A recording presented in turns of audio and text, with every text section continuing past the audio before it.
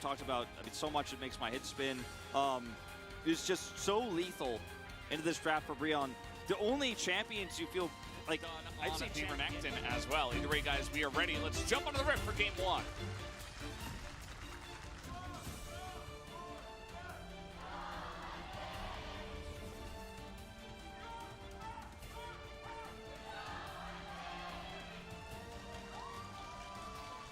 Straight at Karis, who has flash notes when Faker doesn't have his.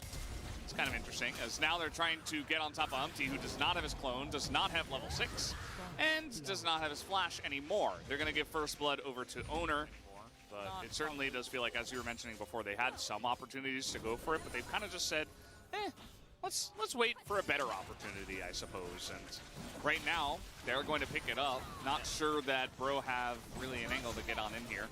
Level 6 for Owner. Umpty also has that, but has no flash, right? On Wukong, doesn't have ability to close the gap, and they have the choke point controlled. And Sivir is significantly ahead. Locked it in with a smile, because he was like, oh, you banned all these things like the Jace, the Fiora, the Jax. I'll just play Gnar. Why not? Why not? And T1, take that control of the choke point on Drake. Grab the Drake. Move up here now. Start this Herald. Keria still hasn't hit 6 yet. Got to be very close to it. Yeah, he's been trying. Like, he's been spending a lot of time in this mid lane, the best of us. Level 6, by the way. Uh-oh. Sejuani? Ash and Sejuani? Oh, maybe Karis rather has something else to say about that.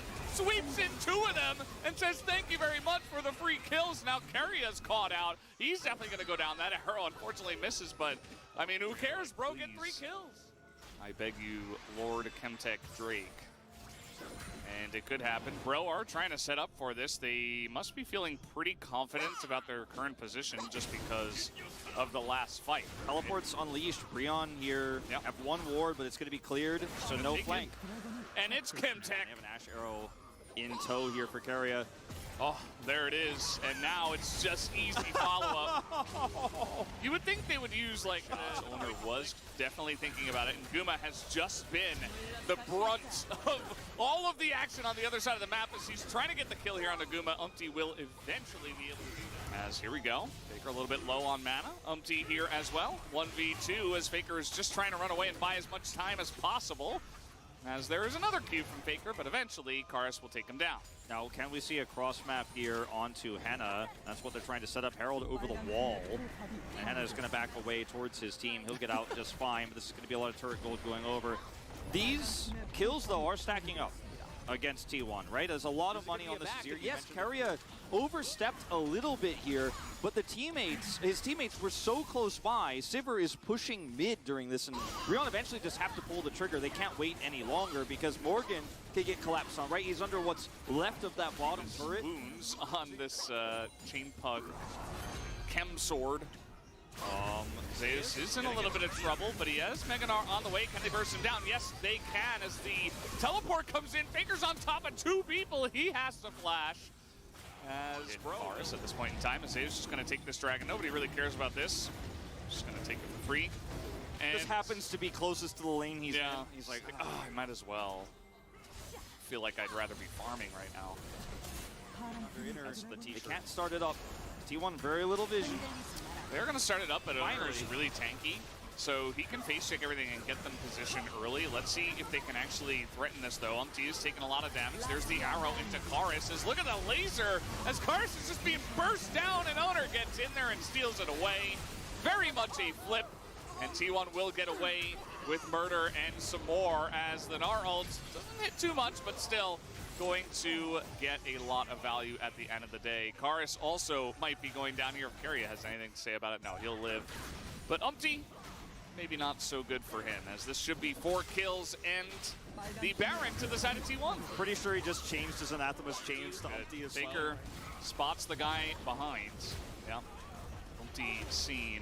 And they have some really nice range as well, as oh no, Var is so close to his cleanse. Poor Henna didn't have flash, might not have mattered, but yeah, looks like T1 is going to put them out of their misery here in game number 1.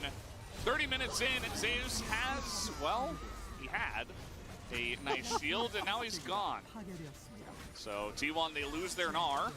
as the two junglers are going head-to-head. Morgan and Karis together are relatively threatening, so in fact, they're just going to go away. Owner was just 1v1ing the Wukong, and he's just going to die as they take down the turret, so I was just trying to think of reasons, perhaps, other than just, you know, having a little bit of end-game fun. This is one of those moments where T1 is 5,000 gold ahead now, you know, I mean, still massively ahead. They are going to have the soul. You know, they've been securing these Barons. They play great early mid.